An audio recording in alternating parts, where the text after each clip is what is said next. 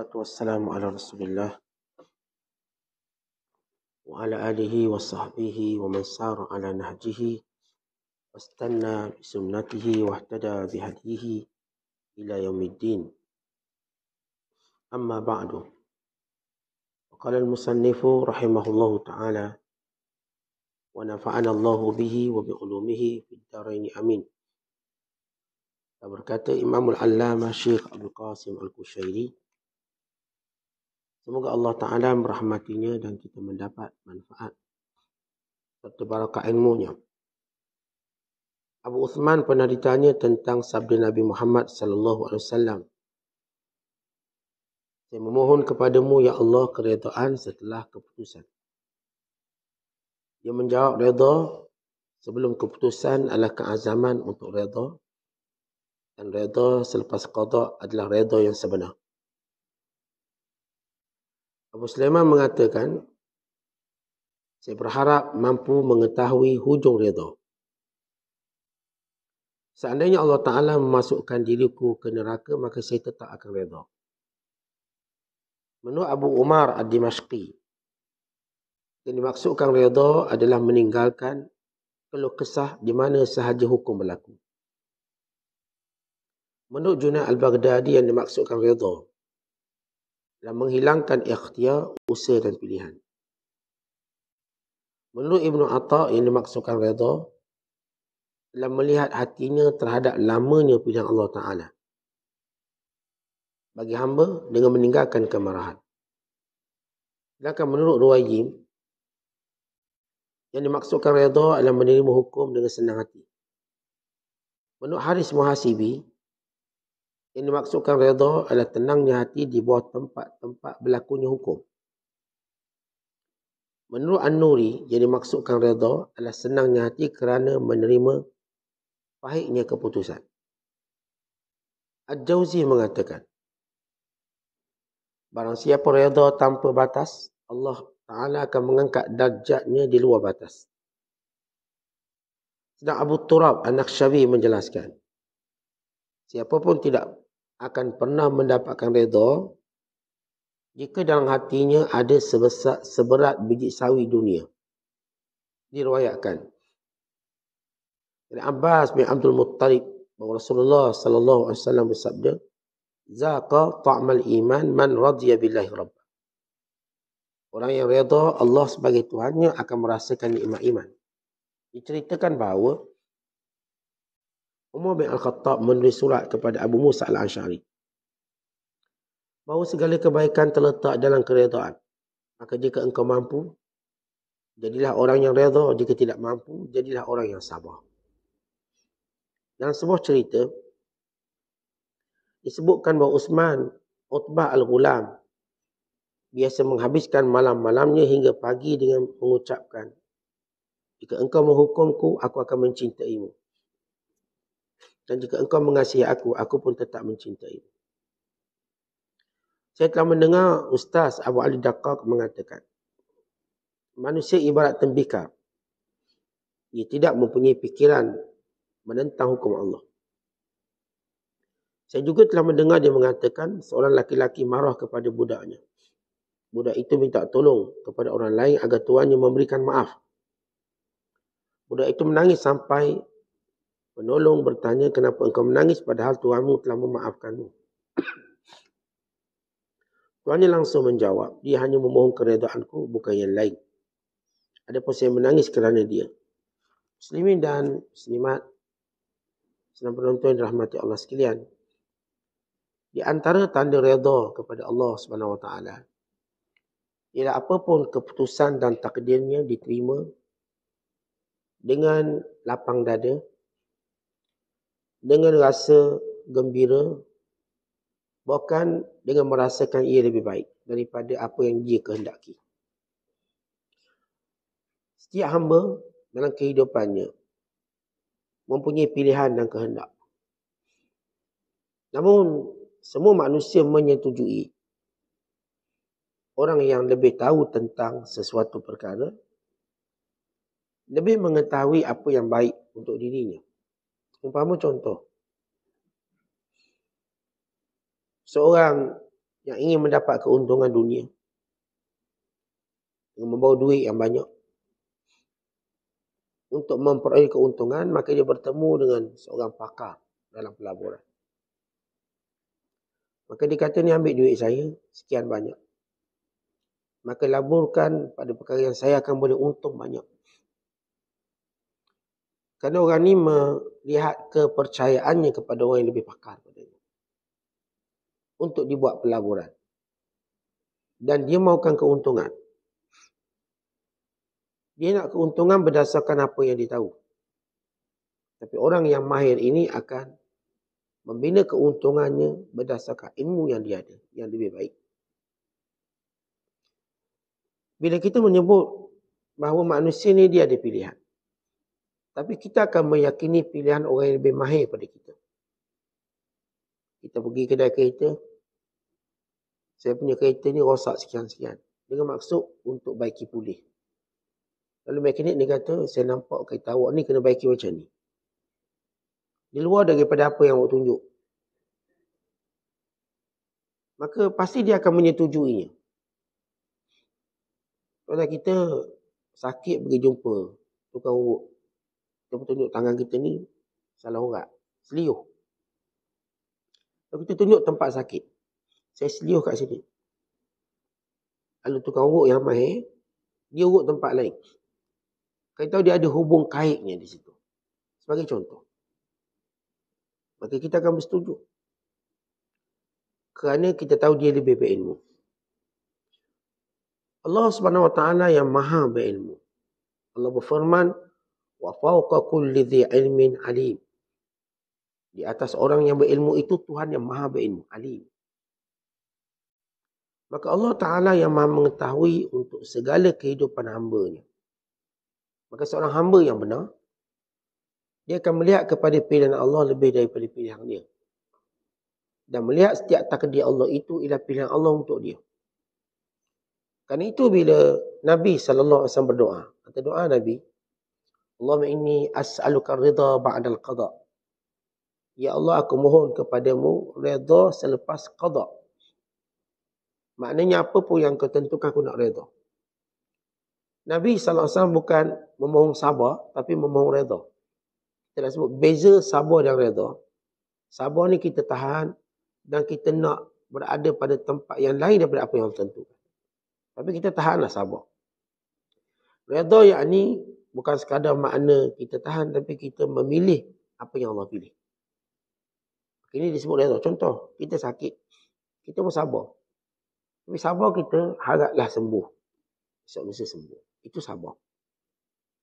Manakala orang yang redha, bila dia sakit, maka dia melihat apa yang dia berada sekarang itu baik dan tidak mahu berpindah. Sehingga Allah yang pindahkan dia. Ketika Nabi Allah Yunus AS bertemu dengan Jibril, Nabi Yunus kata, wahai Jibril, tunjukkan aku orang yang paling kuat ibadat. Yang paling kuat ibadat.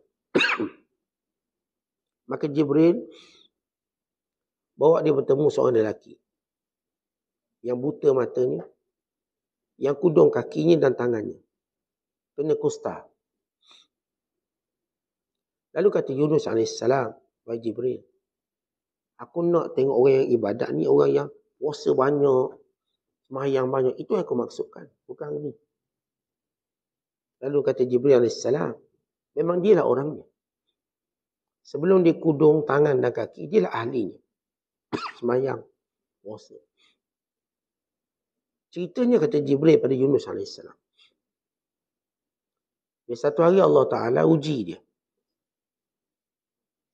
Untuk diambil matanya, tangannya, kakinya.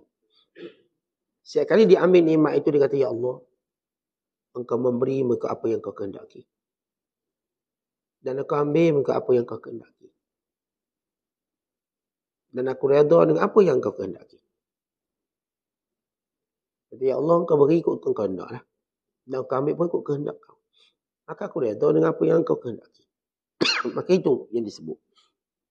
Lalu kata Jibril, wahai fulan, apakah kamu tidak mau berdoa dan aku aminkan? Semoga dikembalikan mata, tangan dan kaki.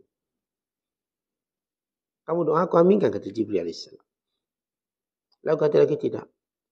Aku tidak akan berpindah pada ujian yang Allah suka untuk aku. Sehingga Allah yang memindahkannya. Aku melihat, kalau ini yang Allah suka padaku, maka aku tak akan minta pindah. Maka ini namanya redha. Dia tak fikir nak pindah. Apa yang ada sekarang, okey, redha. Maka ini dinamakan redha selepas Allah Ta'ala tentukan. Dan menganggap apa yang Allah tentukan itu baik. Sebab itu kata Umar Al-Khattab, aku tidak peduli pagi aku macam mana, petang aku macam mana, selagi mana Allah redha pada aku. Kalau pagi ni okey ke, tak okey ke, aku tak risau. Asalkan satu hari aku lalui dengan penuh redha Allah Ta'ala. Kita ambil kira dengan ujian-ujian yang berlaku. Kita kan mood kita berubah dengan ujian. Mood berubah. Kalau hari ni start lagi kerja, motor dah rosak, mood kita pun dah berubah. Hari nak start kerja, keluar dari rumah, slipper pula hilang. Mood kita pun dah berubah. Mungkin dimulakan dengan maki hamba. Mungkin. Pagi-pagi ni kita mula nak start kerja, tiba sakit perut pula. Marah kita ke perut kita. Masa ni lah nak sakit perut. Maka ini mungkin yang berlaku bila kita tak punya jiwa yang redha. Melihat apa yang baik yang Allah Ta'ala tentukan kepada kita dalam hidup. Sebab kita hidup dengan majari al-qadar. Maksudnya, landasan yang Allah tentukan. Qadar. Allah tentukan. Dan Allah suruh kita redha dengan cara sabar, dengan cara redha, dengan cara buat apa yang Allah kehendaki. Satu hari, dan satu peperangan, menentang orang murtad. Seorang sahabat bernama Salim Maula Abi Huzaifah. Radhiyallahu ta'ala anhu. Ketika dia perang lawan Musailamatul Kadzdzab, dia cedera parah. Sehingga membawa kepada kesyahidan. Syahid. Hari dia perang, dia seorang yang berpuasa. Dia tak buka puasa. Dia perang nak kena puasa. Lalu seorang beri air pada dia, ambil air. Dia kata, aku tak perlukan air, aku puasa. Cuba kamu heret aku biar aku lebih dekat dengan musuh aku. Walau tengah cedera dia suruh heret lagi, biar menghadap musuh. Nak lawan lagi. Dan letakkan air di hujung tu. Kalau Allah panjangkan umurku sampai maghrib, maka aku minum. Kalau tidak, aku redha. Akhirnya beliau gugur syahid. Bersama dengan ayah angkatnya. Iaitu Abu Huzaifah. Salim ni, dia nak angkat kepada Abu Huzaifah. Oleh kerana isterinya tak ada anak. Lalu, ambil anak angkat Salim. Bila turun ayat tentang hijab, maka isteri kepada Huzaifah merasa berat. Sebab ni anak angkat, tiba-tiba dia kena pakai tudung. Macam mana nak selesai masalah anak angkat? Anak angkat tetap anak angkat, bukan mahram. Maka Abu Huzaifah tu jumpa Nabi SAW. Macam mana nak selesai masalah anak saya ni, anak angkat. Dah besar panjang kawan ni. Turun ayat hijab. Semua kena pakai hijab. Dan Salim, sebagaimana tuan tahu, dia anak angkat saya. Kata Nabi SAW, RDA, susukan dia. Susukan dia. Ini khususiat pada Salim. Maka, isteri pada Huzaifah, seorang riwayat menyatakan bahawa dia beri susu dia pada Salim. Bekah ke apa, minum. Sehingga dia menjadi bayi susuan yang paling tua. Dia syarat susuan ni 2 tahun ke bawah. Ar-radha'ah maduna haulain. Susuan itu bawah 2 tahun. Tapi kalau dah umur 20 tahun tak panggil bayi menyusu. Bayi susuan. Tapi untuk kisah Salim ini dia ada kelebihan dia. Sungguh untuk dia menjadi anak angkat yang proper secara aurat. Dia anak susuan. Dan dia dan ayah angkat, ayah susuannya gugur syahid dalam peperangan menentang Musailamatul Kadzdzab. Tapi dia redha. Sehingga dia kekal berpuasa. Dia kata kalau sekiranya Allah panjangkan umur aku, maka aku minum. Kalau tak, maka cukup. Sehingga dia gugur syahid. Ini makna redha. Melihat pada pilihan Allah lebih baik. Itu kita minta pada Allah dengan doa Nabi. Ya Allah, berilah aku redha. Sebab kau tentukan pada aku. Satu hari, Musa AS tanya, ya Allah, siapa dia hamba-Mu paling jahat sekali? Siapa hamba kamu yang jahat sekali, yang besar sekali dosa? Lalu Allah Ta'ala berfirman, wahai Musa, hamba ku yang paling jahat, yang dosanya besar, yang menuduh aku bukan-bukan. Dia tuduh aku. Lalu kata Musa, macam mana dia tuduhmu ya Allah? Kaifa yattahimuka? Macam mana dia tuduh? Lalu kata Allah Ta'ala, wahai Musa, dia minta pilihan daripada aku. Dia istikharah dengan aku. Bila mana aku berikan apa yang dia nak, tiba-tiba dia marah pula pada aku. Maksudnya apa? Kata kita kan istikharah. Kata istikharah nak jodoh, kata istikharah nak bisnes, kata nak istikharah nak apa-apa. Maka itu pilihan Allah lah. Kita istikharah. Kita istikharah nak jodoh, dapat jodoh. Bila dapat jodoh, tengoklah benda-benda tak elok pada pasangan. Itu kata aku ni sila istikharah apa? Kita dah istikharah dah memang. Ini pilihan. Lelaki pilihan kita, perempuan pilihan kita. Kita confident dah istikharah ni, Ustaz. Kita dah baik bila istikharah ni, pastilah perempuan ni macam malaikat lah. Tu malaikat. Kita jumpa dia hanya senyum dan sebagainya. Rupanya Allah uji kita dalam sebalik istikharah. Baik, supaya kita faham makna istikharah. Maka orang ni pun dapat keputusan istikharah, dia pun ikut. Dah cantik dah, dapat istikharah, ikut. Bila dia ikut, bukan bermaksud Allah tak akan uji di sebalik pilihan Allah beri pada dia. Allah tak uji. Macam mana dia yakin istikharah itu bagus, baik untuk agama dia. Kerana kita perlu tahu bila kita istikharah, kita minta kebaikan agama kita. Dan dunia itu tak rosakkan agama kita. Setiap kali kita istikharah dalam hal-hal duniawi, dengan maksud, biar agama kita terpelihara kukuh dan terjaga. Kalau tak istikharah dalam bab kerja, apa pun pekerjaan tuan-tuan dapat, agama tuan-tuan terjaga. Istikharah dalam pasangan, agama tuan-tuan terjaga. Baik, barangkali agama ini terjaga bila diuji dengan wanita yang tidak baik. Atau suami tak baik. Untuk kita sentiasa bermunajat pada Allah dan sebagainya. Barangkali kalau suami itu baik ikut acuan kita, kita mungkin jadi lalai. Ini setiap weekend melancong je. Bini, akhirnya kita tinggalkan masjid, kuliah. Kita tinggalkan agama kita. Berbulan madu sakang kita, tak habis-habis bulan madu. Misalnya.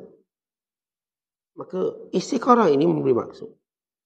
Pilihan yang Allah berikan pada kita, tak rosak agama apa pun kita ambil. Jadi kata Allah Ta'ala, dia istikharah dengan aku. Yastakhiruni. Dia istikharah kepada aku.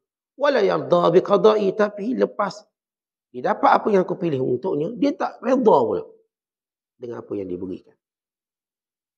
Maka ini paling aku benci, marah. Lepas tu tuan-tuan, bila kita istikharah, sama ada kita dapat itu, lari dengan nafsu kita atau tidak, maka dia tahu ini baik untuk kita, baik. Ada kebaikan itu dapat dilihat cepat. Ada kebaikan dapat dilihat selepas puluhan tahun mungkin. Ramai orang yang dapati kebaikan itu selepas puluhan tahun. Anak dia teruk, nakal, sampai anak dia dah dewasa besar, tiba paling beri manfaat pada dia. Walau dia tengok masih kecil tu macam tak lulus anak dia ni.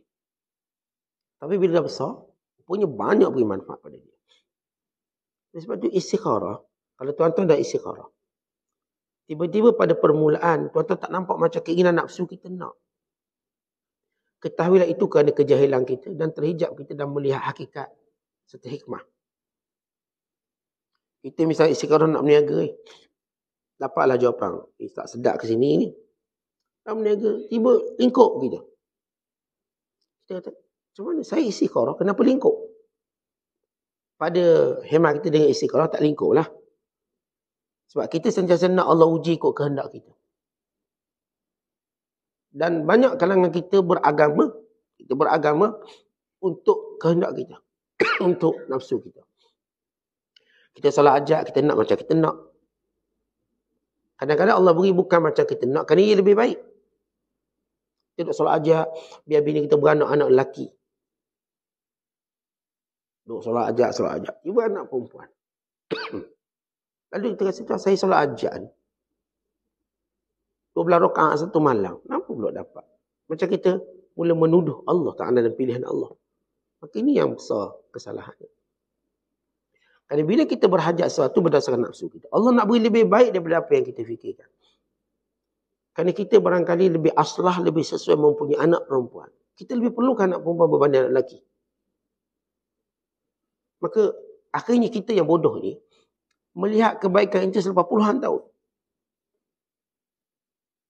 Andai kata kalau kita dapat melihat lebih awal, hanya orang yang punya jiwa redha. Yang paling cepat melihat kebaikan setiap ketentuan Allah ialah orang punya redha. Dia paling cepat nampak.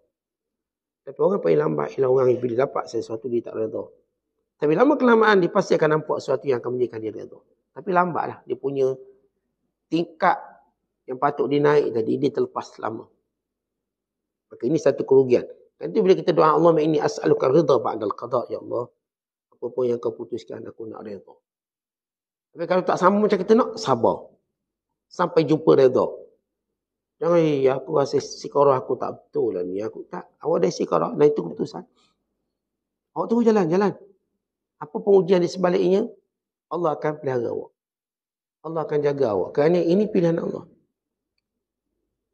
Bila kita, saya katakan saya dah minta petunjuk dari Allah. Hati saya cenderung ke situ. Maka saya, ini yang disebut oleh Allah. Fa'iza azam tafatawakkal Allah. Kalau kamu dah punya azam. Sampai kamu istiqarah. Tawakal terus. Tawakal. Kadang-kadang betul lah kita rugi. Tapi untuk kita jumpa satu peluang yang lain. Yang kita mungkin tak jumpa peluang tu. Kalau kita tak rugi. Ini ada. Kita nak dapat keuntungan. Melalui kerugian baru kita dapat keuntungan. Macam saya pernah cerita pada tuan-tuan. Ada seorang hamba Allah. Dia ni bomba. Dia padamkan kebakaran, dia melecur teruk. Dia teruk melecur, ujian dia hantar ke Jepun untuk rawatan pembedahan kosmetik. Duduk Jepun berbulan. Rupanya itulah takdir untuk dikahwin orang Jepun dengan nurse. Takdir dia. Untuk dia berkahwin, untuk dijumpa di sebalik kerugian yang dia alami, untuk dijumpa nikmat yang dicari. Dapat isteri, dapat anak-anak. Sebab Allah nak pertemukan dengan kepada kebaikan ini melalui ujian ni. Kadang-kadang saya katakan, kita ni rugi untuk Allah pertemukan kita sesuatu yang hebat di situ. Kita kan nak cari emas. Emas ni bukan dicari tempat yang indah. Tempat berlumpur. Kalau tuan-tuan tengok, orang cari emas. Saya suka tengok rancangan cari emas. Dia cari dalam hutan. Cari tempat air terjun. Sampai mati. Nak dapat emas. Tuan-tuan cari emas kedai emas je, memang tak rasa. Yang cari emas betul ni, emas betul. Ni, dia korek terowong. Macam Hamas korek terowong. Nak cari kebaikan namanya emas, dia terpaksa lalui segala benda tu. Sejuk, dalam hutan, bergaduh, ni pinjam duit ni untuk beli alat-alatan. Ada pula geng korup yang lain. Dan perjuangan dia nak dapat emas. Tapi bila dapat seronok. Dia dapat emas. Dia dah jumpa lubuk dia. Tuan-tuan jangan ingat cari emas jumpa seketul macam tu. Alu macam kepala mancis. Dia ayak, dia aduk. Bercik. Ambil. Artinya kita tahu kebaikan itu dengan ujian yang berat. Untuk kita peroleh. Sebab itu bila kita dah istikharah pada Allah. Apa yang Allah tentukan. Maka jangan menuduh Allah. Kerana Allah benci. Allah dah bagi, redha. Kamu dah istikharah kan? Ini Allah bagi pilihan. Yang paling baik untuk kamu. Dia dah sebut masuk istikharah. Tuan-tuan minta Allah pelihara agama. Atas apa pun pilihan kita. Dan setiap kita memilih sesuatu dalam kehidupan dunia, agama kita terancam. Itu kita kena ingat. Tuan-tuan pilih apa pun dalam dunia ni, agama tuan-tuan terancam. Bila urusan dunia. Oleh kerana agama ni benda paling sensitif. Benda paling penting. Benda yang paling hebat. Ini yang paling perlu dijaga. Ini benda sensitif, tuan-tuan. Bila kita dalam kesibukan urusan duniawi, kita bimbang agama kita hanyut. Apa tadi kalau agama kita hilang? Maka apa pun kita nak, dengan berkahwin. Kahwin boleh hilang agama. Sebab agama mereka. Masa bujang punya baik. Bila kahwin, baik masalah. Masjid tak pergi, surau tak pergi, dah kahwin. Dia mula jadi sibuk tak menentu. Dapat anak pun jadi macam tu. Bila dapat anak, mula kurang ibadatnya. Oleh sebab itu kita istiqarah pada Allah. Supaya benda yang kita nak hal duniawi tidak goncangkan agama. Tuan-tuan kahwin, macam sama. Agama tuan-tuan makin kuat. Kita dapat anak, agama kita makin kuat. Kita dapat kerja, dapat projek, lagi kuat agama kita. Dia tak menggunakan agama. Itulah dia bila Allah pilih untuk kita. Allah jadikan agama kita tidak rosak. Itu kata ulama, kalau kamu lihat sesuatu nikmat, pilihan Allah pada kamu, maka lihat agamamu. Kalau agamamu tidak terjejas, maka itu pilihan Allah. Tapi kalau agamamu terjejas, maka Allah menyuruh kamu memilih sebaliknya. Yang datang ni cuma ujian. Tuan-tuan, ini Dajjal. Dia datang untuk apa? Rosakkan agama. Dia bukan nak rosakkan fizikal kita. Dajjal bukan datang nak bunuh kita. Dia datang bukan nak bunuh kita. Tapi dia adalah ibu segala kejahatan. Dia tak macam Yahudi nak bunuh kita. Nak bunuh semua orang Islam. Tapi dimulakan dengan semua orang Arab. Sebab bagi dia Arab ni teras pada Islam. Habis Arab dulu. Lepas tu pergi bangsa lain. Yang penting dia boleh hapuskan Islam. Sebab Islam tahu hasil besar dia Yahudi ni. Orang tak tahu. Tapi bila datang Dajjal, Dajjal bukan datang nak bunuh kita. Dajjal tak bunuh pun kita. Dia tak nak bunuh sesiapa pun. Orang Islam pun tak nak bunuh. Dia nak suruh orang Islam ni rosak agama. Itulah dia matlamat dia. Dia tak pergi satu kampung bunuh orang tu. Dia pergi satu kampung. Kampung yang gersang disuburkan. Allah beri dia. Dengan apa yang dia nak, Allah izinkan. Yang tak nak beriman dengan dia, dijadikan bumi itu tak ada air, tak ada makanan. Sampai meletup pada dia. Dia tak bunuh. Dia tak bunuh. Orang ikut dia, dia berikan kemewahan, berikan kekayaan. Yang tak ikut dia, dia tajwidkan. Dia kebulurkan. Sehingga kata Nabi SAW, makanan orang beriman waktu Dajjal turun ialah Subhanallah, Alhamdulillah, wa la ilaha illallah. Itu makanan orang beriman. Semua makanan tak ada. Kan ada di tangan Dajjal. Mereka tak benar. Dajjal tak benarkan mana-mana orang ni makan. Sampai orang ni ikut dia. Dajjal tak nak bunuh. Kalau bunuh, tak sampailah matlamat dia nak suruh orang tu ikut dia. Jadi barulah kita tahu. Ancaman sebenar pada agama kita. Bukan pada orang bunuh kita. Bunuh ini bukanlah ancaman paling besar dalam hidup. Tapi orang bunuh agama kita itu ancaman paling besar. Dan itulah yang Dajjal nak buat. Yang saya sebut, Dajjal bukan datang nak bunuh kita. Dia tak ada buat bung atom, meletup sana, meletup. Tak ada. Dia pergi setiap tempat untuk menjadikan kita percaya pada dia. Dia Tuhan. Cukup. Maksudnya tuan-tuan sekalian, agenda paling terbesar, yang paling bahaya yang kita perlu sedar, apa sahaja yang boleh rosakkan agama kita. Bukan cerita duit, cerita sikit. Bukan cerita makan minum. Cerita agama. Sebab itu bila kita faham tentang paling penting agama, kita istiqarah dalam semua urusan dunia supaya jangan urusan dunia rosakkan agama. Hatta kita istiqarah dalam memilih kawan, jangan kawan rosakkan agama. Hatta kita istiqarah dalam semua perkara. Semua perkara ini tidak rosakkan agama. Ini asas dalam istiqarah. Kata Abu Sulaiman, saya berharap mampu mengetahui hujung redha. Mana di kemuncak redha? Aku nak tahu. Itu seandainya Allah Ta'ala masukkan saya dalam neraka sekalipun saya nak redha. Kata bila kita memang doa, biar Allah jangan masukkan kita dalam neraka. Tapi atas nama redha. Kalau Allah kenaki begitu, ya saya redha. Walaupun Allah SWT tak akan masukkan hambanya redha dalam neraka. Tak akan. Cuma nak beritahu tingginya redha macam ginilah kita sebut. Antara cinta dengan pahala. Tentang betul kita bila buat satu amalan nak pahala. Tapi bila kita sampai satu tahap, makam tertinggi, kita bukan nampak pahala, kita nampak Allah. Kita nampak bukan syurga, nampak nak jumpa Allah. Sehingga lupa kita pada nikmat syurga, kita nak jumpa Allah. Itu benda yang paling tinggi. Dan sepakat ulama, bahawa nikmat yang paling hebat bukannya syurga. tapi melihat Allah. Tapi bila makam kita tak sampai, kita akan cerita tentang syurga. Tapi bila makam kita tinggi, kita cerita tentang cinta. Dia macam tuan-tuan tengok orang kerja. Ada orang kerja nak gaji. Tercela tak? Tak tercela. Memang siapa pun offer kerja, dia akan beritahu gaji. Memang tujuan kerja kita gaji. Tapi mungkin tak. Ada orang bekerja, dia tak melihat gaji. Dia bukan melihat gaji, tapi dia lihat seronoknya kerja tu. Seronok kerja tu, tak nak gaji.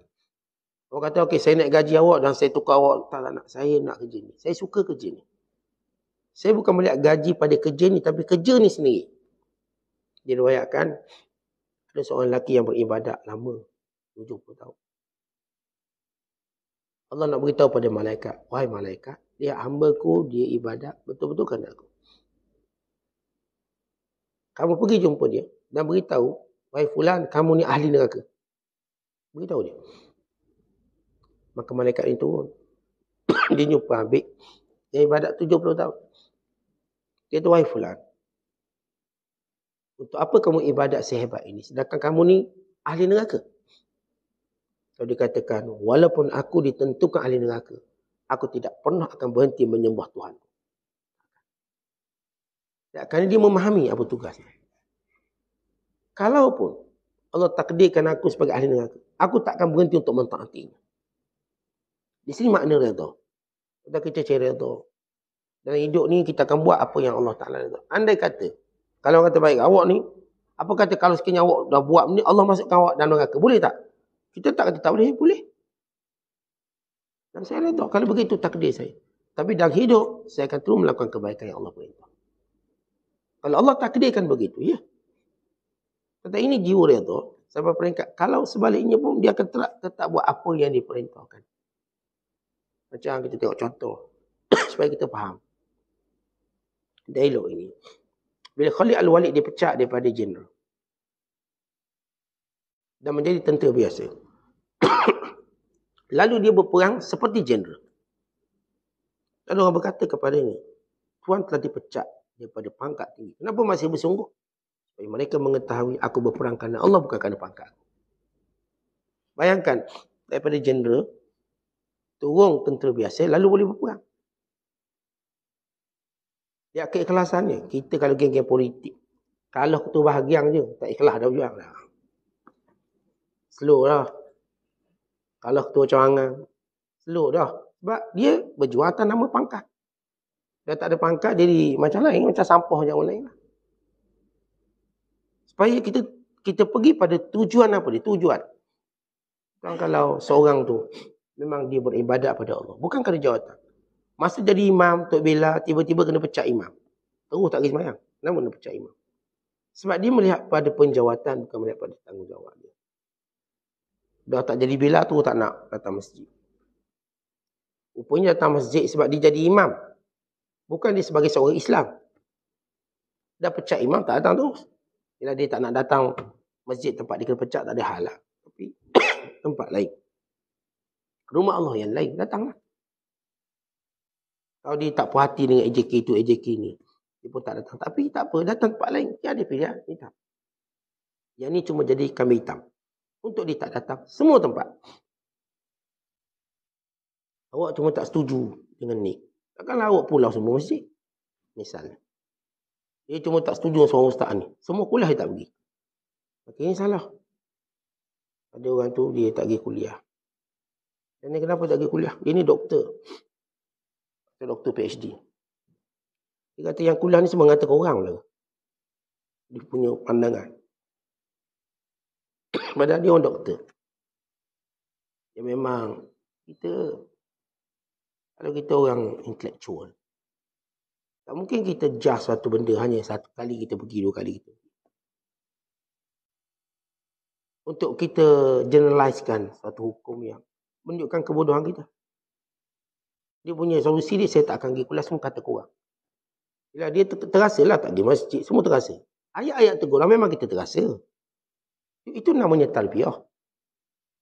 Tarbiyah ni tuan-tuan macam kita ketuk besi untuk bentuk dia jadi pedang yang tajam. Lah kena bakar dulu, kena ketuk dulu. Kalau tuan-tuan duduk kuliah tak terasa apa-apa, tuan-tuan tidak diperbaiki. Tuan-tuan tak diperbaiki apa. Tapi kalau tuan duduk kuliah mula, terasa.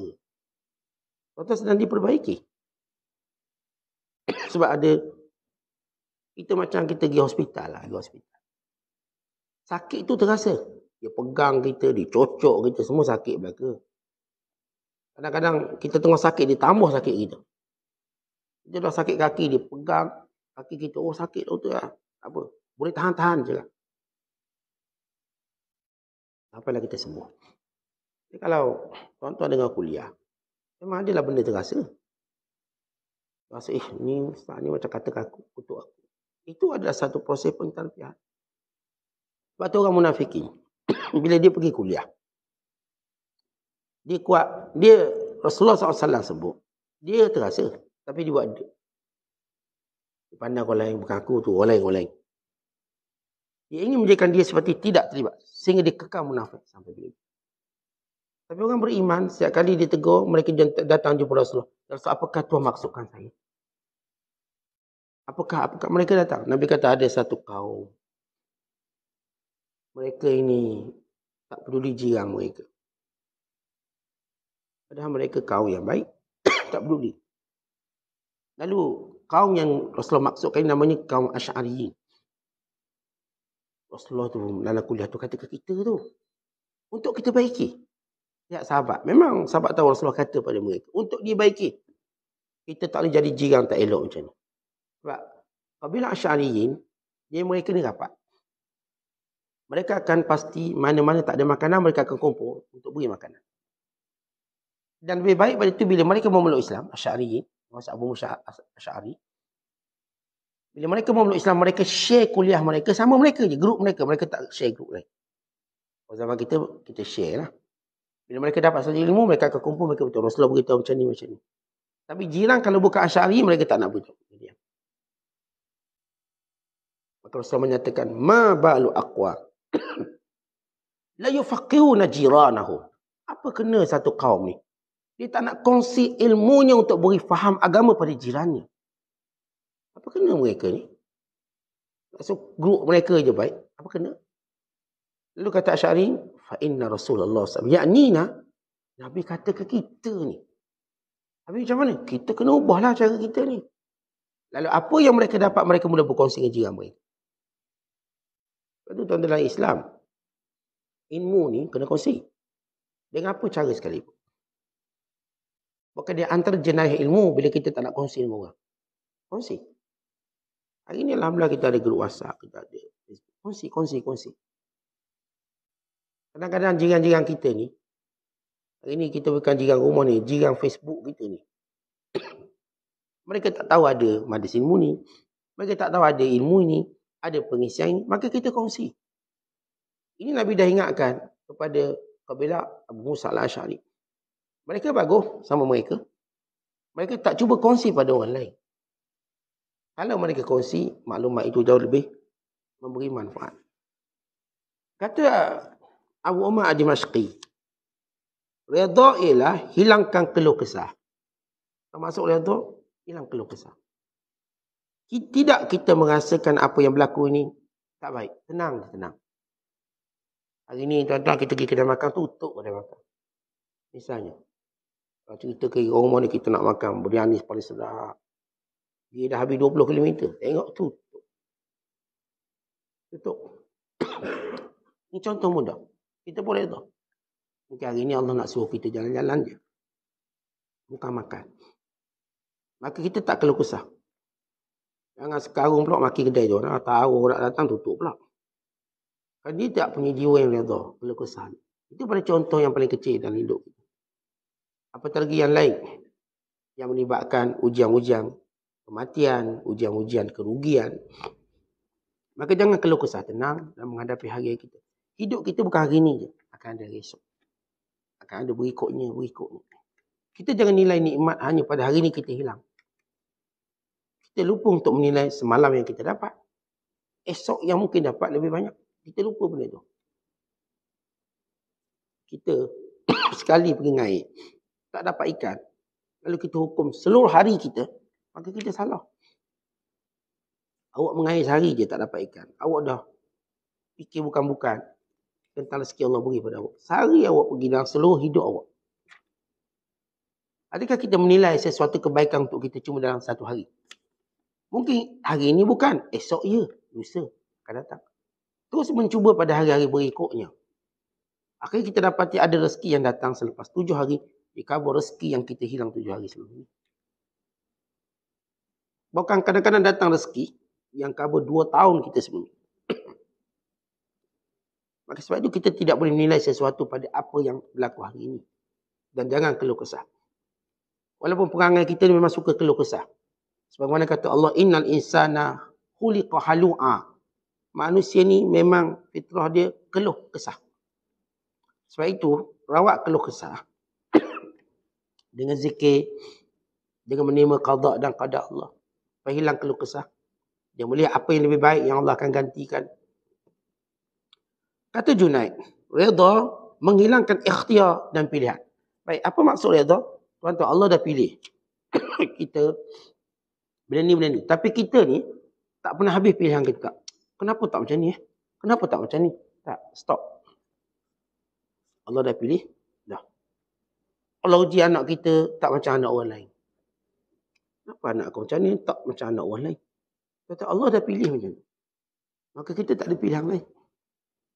Melainkan kita buat apa yang Allah suruh. Ada orang ujian dia anak dia cacat. Ujian bagi dia. Anak dia kena mungkin masalah otak.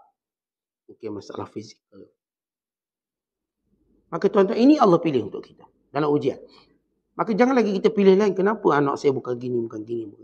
Dengan gambaran-gambaran kita yang lain. Allah dah pilih kita misalnya kalah. Kenapa aku kalah tak menang? Kita berfikir. Sebaliknya. Maka ini bukan cara kita bila Allah dah pilih dalam takdirnya. Redha dengan apa yang Allah pilih. Kata Imam Ibn Atta, maksud redha adalah melihat hati terhadap lamanya pilihan Allah. Apa maksud lama? Benda ni sudah lama ditakdirkan. Tuan-tuan kena ingat. Allah telah menentukan takdir pada hamba-Nya sebelum 50,000 tahun kejadian hamba. Tuan-tuan, hari ni kalau kita hijrah sana, hijrah, ini semua dalam ilmu Allah. Dan ini semua dalam takdir Allah pada kita. Kita cuma hidup di dunia, diperintahkan, buat apa yang Allah suruh, tinggal apa yang Allah larang. Yang lainnya Allah dah tentukan. Tuan-tuan fikir rezeki, tuan-tuan cari je rezeki. Itu yang Allah suruh cari. Cari dengan cara baik. Keluarnya dengan doa. Jangan tipu orang. Jangan sekian-sekian. Kemudian cari. Allah sudah takdirkan. Kita bukan diminta bincangkan apa yang Allah takdirkan. Tetapi kita diminta memahami apa yang Allah perintahkan. Apa yang Allah perintah, kemudian kita redha dengan takdirnya. Baik, saya dalam usaha saya misalnya, saya nak cerdik, nak pandai. Maka saya akan baca buku, ada kelas, jumpa cikgu, diskusi untuk saya pandai. Tapi Allah sudah takdirkan level pandai saya setakat mana. Setakat boleh mengajar masjid, surau. Setakat tu. Saya tak boleh mungkin melebihi untuk masuk lebih tinggi. Saya dah buat apa yang orang lain buat sama. Kita kalau tengok kawan-kawan kita kan usaha sama kawan-kawan. Sama. Kalau zaman saya sekolah, kita sama dalam kelas dengan cikgu yang sama. Kita study pun sama. Start 3 petang, study sampai asar. Jadual kita sama. Tapi hasilnya berlainan. Kawan kita lebih sikit A pada kita. Tapi itulah takdir yang Allah sebut dalam benda yang dah lama ditentukan. Yang penting tuan-tuan kita melihat kepada amalan kita itu kekurangannya di mana. Bukan takdir Allah kekurangannya di mana. Takdir Allah tiada kekurangan. Amalan kita yang ada kekurangan. Ada seorang lelaki. Anaknya terbunuh syahid melawan Turki. Dulu Turki bukan negara Islam dulu. Dan Rasulullah SAW mengingatkan orang Islam supaya berhati-hati dengan orang-orang Turki. Kerana fitnahnya besar. Pada zaman itu. Disebut sebagai Turk ataupun Atraq. Ini kerana perempuan-perempuan dilawa. Bila perang menang, lawan perempuan, akhirnya jadi lawa. Perempuan lawa. Biasa hamba ni kulit hitam. Bila peperangan meluas, hamba bukan lagi orang kulit hitam. Orang yang lebih lawa daripada orang merdeka. Bila perang. Salah seorang lelaki ni, dia dibunuh oleh tentera Turki. Ini cerita Turki sebelum Islam. Sebelum kerajaan Osmaniyah. Maka dia pun menangis. Orang ulama datang nak ucap takziah sebab anak dia gugur syahid, mati. Ucap takziah masuk takziah ni ialah untuk menenangkan. Dia kata, tak payahlah ucap takziah, saya bukan sedih sebab anak saya mati. Tapi sebab apa? Hidup bayang masa musuh hayungkan pedang, dia redha pada Allah Ta'ala. Mati dia kerana redha tu tak. Itu yang saya bimbang. Saya bukan fikir tentang mati dia, saya tahu mati. Tapi saya membayangkan waktu orang kafir menghayungkan pedang, apakah dia redha dengan Allah kesakitan? Redha tadi. Ya, bukan masalah mati dia sedih. Masalah redha. Jadi mereka faham tentang tingginya nilai redha. Kata Imam Ruwayyib, redha maknanya menerima hukum dengan senang hati, dengan gembira. Ini tahap lebih tinggi. Sama dengan redha, lapang dada. Pada tahap yang lebih tinggi dari senang hati. Suka. Macam kita sebut semalam, kata-kata Rabi'atul Adawiyah, orang yang hamba Allah yang sebenar, dalam nikmat dan dalam ujian, dia menerima dengan sama gembira. Tak ada beza. Jadi, kalau kita tengok orang dapat periksa cemerlang, dia pun senyum. Dia tak cemerlang pun dia senyum. Itu gambaran dia. Sebab dia melihat peluang-peluang yang lain yang Allah beri pada dia. Kata Hari Muhasibi, maksud redha, tenang hati di bawah tempat berlakunya hukum. Baik, maksud berlakunya hukum, tempat di mana ada perintah Allah, maka kita lakukannya dengan tenang, dengan gembira, dengan seronok. Dengan suatu pun hukum Allah kita rasa terbeban. Kadang-kadang hidup kita lama-lama ada benda yang kita rasa beban. Ada orang ceramah lama. Kita ceramah ni beban. Nak dah ceramah. Nak berhenti ceramah. Ada orang yang belajar lama-lama. Nak belajar. Nak berhentilah belajar. Rasa macam kita terbeban pula belajar ni. Ni kalau tak pergi ustaz tanya. Beban. Pergi pula. Kita baca Quran. Terbeban baca Quran. Rasa beban. Memanglah kita amalan kita sebulan sekali khatam. Lama-lama macam ish. Kita tak nak khatam 2 bulan sekali. Mula nak malas. Kita terbeban dengan zikir. Amalan saya zikir sekian. Akhirnya macam berat pula. Kita terbeban dengan sedekah. Kita selalu sedekah. Mana beban? Kenapa aku sedekah? Bagi duit orang. Kadang-kala dalam banyak ketaatan kita mula rasa jemu. Itu normal. Jemu. Saya kata orang mengajar tentang istiqamah. Dia pun jemu. Mungkin tu kan ustaz. Kita orang belajar je jemu. Takkan ustaz jemu. Ustaz pun serupa juga jemu. Ramai ustaz berehat tak jawatan. Dia pun jemu. Datang hari jemu dia tak nak ngajar lah. Oh tak ngajar. Datang jemu dia. Yang belajar masa datang jemu dia tak nak belajar. Dulu kuliah subuh, kuliah maghrib. Subuh maghrib. Lepas tu subuh je. Maghrib tak ada. Lepas tu subuh-subuh pun tak ada. Tapi nampaklah hujung bulan. Ujung-ujung bulan pun tak ada. Nampak ujung tahun. Ujung tahun pun tak ada. Akhirnya nampak ujung usia. Last sekali. Kat situ itu pun duduk depan jadi jenazah dah. Nampak dah. Itu memang satu fitrah yang akan melanda kita. Ujian. Siapa pun tak boleh lari. Sebab tu bila kita ni tengah strong, yang kutuk orang tak strong tu, kadang dia bertukar. Apa orang ni malak. Okay? Berpindah pada kita penyakit tu. Kita pula tak istiqamah bila kita kata pada orang lain. Sebab tu kita bila tengok orang lain tak istiqamah, kita boleh takut benda tu berlaku pada kita, bukan kita nak kutuk dia. Ya Allah, kau berlaku pada aku macam mana? Tengok dulu dia kat kaki istiqamah masjid, surau depan. Dia bersih semua masjid, dia jaga semua. Dia pun jadi pengurusi masjid ni. Cara dia bertindak, bagus. Lama-lama nampak dia hilang. Hilang terus. Jumpa-jumpa tempat tak sepatut dia ada. Sebab kita tak kutuk dia. Tapi kita memang kalau Allah pindahkan kita juga macam dia. Itu jauh lebih patut kita takut daripada kita nak buka mulut kita nak kutuk dia. Dan demikian Allah mengangkat dan turun. Sebab tu kita pernah cerita pada tentang Ibnu Saqah. Ibnu Saqah hafiz Quran. Ulama yang hebat. Dia sama dengan Syekh Abdul Qadir Jilani. Hebat. Tapi oleh kerana kesombongan dia pada ilmu, akhirnya apa jadi pada dia? Seluruh ayat Quran yang dihafal dia cuma ingat satu ayat. Dan lebih malang pada itu, dia dah tukar agama dia Kristian. Berkenaan seorang perempuan. Waktu ditugaskan di negara, duta negara bukan Islam. Kisah mustaqah. Dan lebih teruk pada itu, akhirnya dijumpai oleh orang yang pernah kenal dia, ulama, sebagai peminta sedekah. Ada orang kata, kami pernah jumpa anak-anak Hisham bin Abdul Malik dengan penuh gah dan kaya. Dan selepas Hisham bin Abdul Malik meninggal dulu, kami jumpa mereka di jambatan-jambatan, di masjid-masjid meminta sedekah. Walau dulu anak raja. Akhirnya peminta sedekah. Kita lihat Allah ubah. Sebab itu Nabi ajar kita, ya muqallibal qulub tsabbit qalbi ala dinik. Wahai Tuhan yang mengubah hati manusia, tetapkan hatiku dalam agama. Sebab itu saya kata, kalau tuan-tuan tengok orang yang asalnya istiqamah agama, tuan-tuan jangan kutuk dia. Tapi tuan-tuan takutlah benda itu berlaku pada kita. Sampai kita nasihat dia. Saya nak tanya.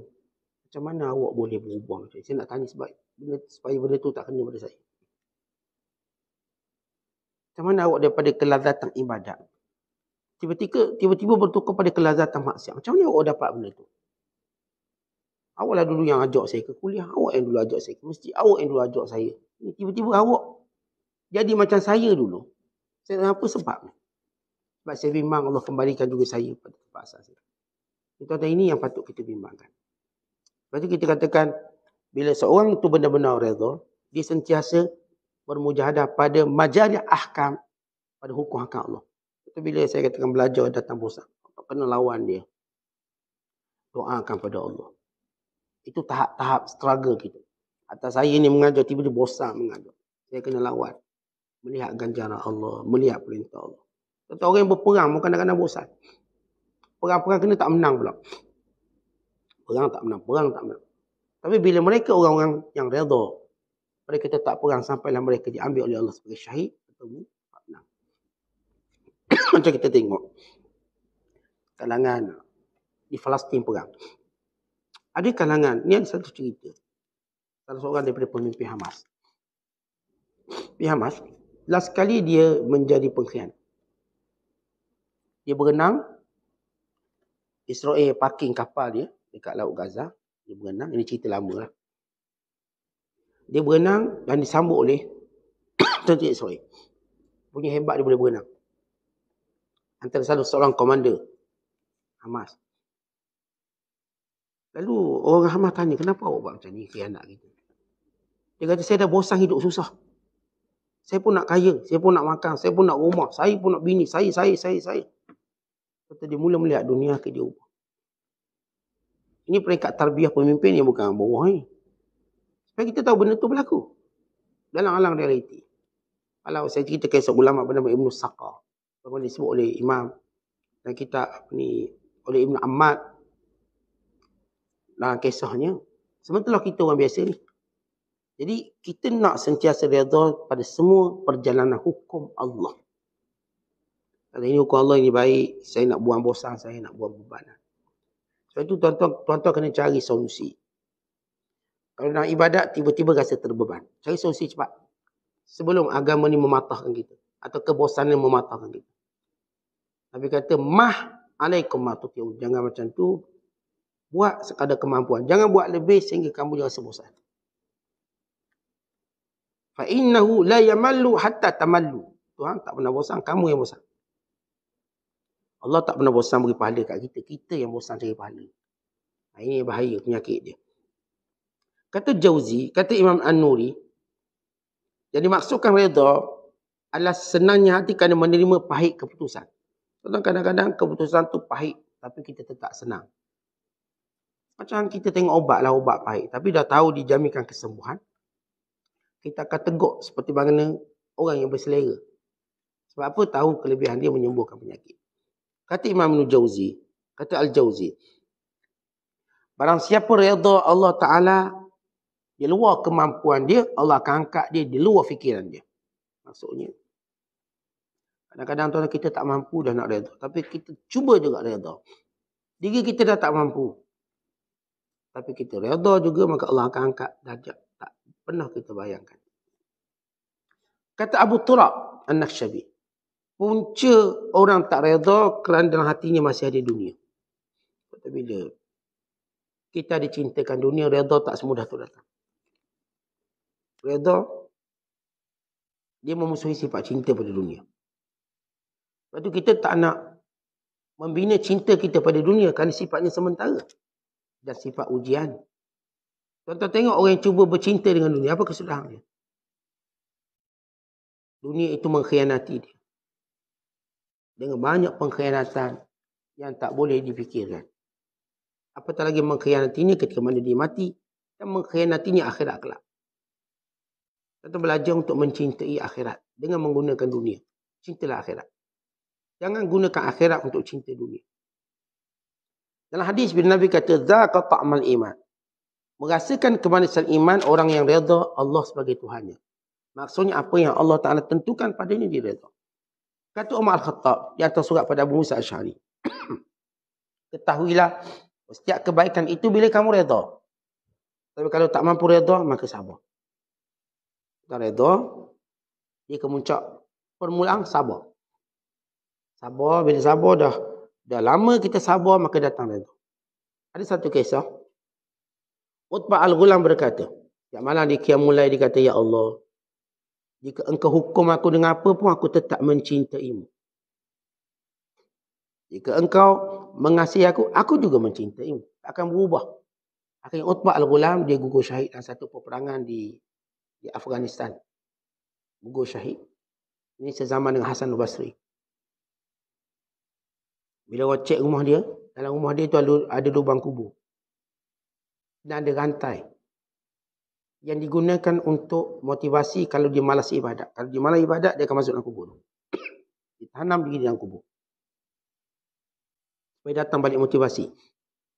Banyak, saya pernah cerita pada tuan-tuan, ulama-ulama yang gali kubur dalam rumah. Untuk mendatangkan semangat motivasi. Kita tuan-tuan, kalau tak boleh gali kubur, letak gambar kubur kat rumah kita. Ni gambar semua tempat menarik, itu jadi. Nak pergi tempat tu je. Cuba letak gambar kubur. Letak gambar kubur. Tengok. Masuk je bilik nampak gambar kubur. Bahkan tuan-tuan tak ingat apa-apa. Nampak gambar kubur. Pergi kat dapur ada gambar kubur kat dapur. Itu nak kritik makanan pun tak jadi. Orang kata tak sedap lah masuk bang. Cuba tengok gambar kubur. Makan je lah.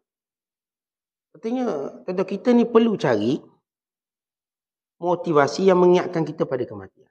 Nah, kalau berpisah ingatan kita pada kematian, sombong kita tak boleh ditundukkan.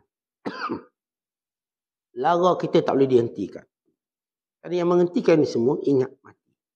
Ini Utbah Al-Ghulam, kisah dia. Ada satu kisah, kata Abu Ali Ad-Daqqaq, manusia ni macam tembikar. Dia bentuk, tahu tembikar. Ambil tanah liat. Pilih tanah liat. Kemudian dibentuk. Kemudian dibakar. Kemudian diusap. Jadi tembikar yang indah. Kita biarkan apa Allah lakukan pada kita dengan redha. Akhirnya kita jadi tembikar yang indah. Tuan-tuan tengok orang buat sayung. Labu sayung. Tembikar kan lawa. Tapi caranya macam mana? Dia akan ambil tanah. Uli. Dibentuk. Dijemur. Kemudian dibakar. Kemudian jadilah tembikar yang indah. Kita dengan ujian-ujian pelbagai akan jadilah orang yang indah di sisi Allah Ta'ala. Dalam sekali satu kisah, bila ada seorang hamba, terjemahan dia cacat sikit, bos dia marah kat dia. Maka dia pun nak minta redha supaya bos dia tak marah. Tapi dia tak berani. Dia guna orang tengah. Supaya tak biar bos tak marah saya. Saya akulah salah sekian-sekian. Bos dia redha. Bila bos dia redha, orang tengah ni beritahu, bos awak dah okey dengan awak. Dia pun menangis. Kenapa nak nangis kan bos dah okey? Aku bayang bagaimana nak minta redha Allah nanti. Macam mana? Ini redha manusia pun aku dah tengok susah ni. Aku dah rasa macam tak selesa bila orang tak redha aku. Macam mana kalau Allah tak redha aku? Untuk memohon redha Allah. Kata kita, kalau seorang tak suka kita, kita pun dah tak selesa. Tiba-tiba orang rumah kita tak suka kita. Selesa ke duduk rumah? Tak selesa. Suami kita tak redha dengan kita. Selesa ke kita? Makan tak selera apa. Bagaimana kalau Allah tak redha kita? Kita yang sayang anak-anak ni, tiba-tiba anak tunjuk muka ketak je. Kita rasa hati, apa anak aku ni? Muka ketak sedih cakap. Dia nak benda ni. Kita cuba cari tu. Abang nak apa bang? Along nak apa? Dia pun sebut sekarang. Kita akan cari beri ke dia. Sehingga kita tengok wajahnya tersenyum, kita pun tenang. Ini orang kita sayang. Tentang bagaimana redha Allah. Kalau Allah Ta'ala tak redha kita, memang hidup kita akan jadi macam tu. Sebab tu kita nak cari redha Allah dengan apa cara sekalipun. Dan antaranya ialah redha pada ujian Allah. Sebab tidak ada amalan yang lebih hebat daripada puasa, daripada zakat, haji, umrah, daripada sifat redha pada setiap ketentuan Allah Ta'ala. Sebab ni paling berat sekali sebenarnya. Dia lebih berat daripada mana-mana ibadat. Ia semua ibadat dari sifat berat dia. Tapi tidak seberat redha. Kalau ditimbang semua amalan dan ditimbang redha, berat lagi redha. Lepas tu tuan-tuan tengok ada orang tu baik, bagus, kuliah, masjid, semua. Dia kena dia satu ujian, dia tak redha. Dengan cepat, dia rosakkan semua ibadat dia dengan tidak redha. Ini redha bukan satu sifat yang kita katakan kecil besar. Kerana itu kita doa, macam Nabi ajar pada kita, Allahumma inni as'aluka ridha ba'dal qada. Ya Allah, jadikan aku redha pada semua yang kau tentukan. Wallahu a'lam bishawab. Assalamualaikum.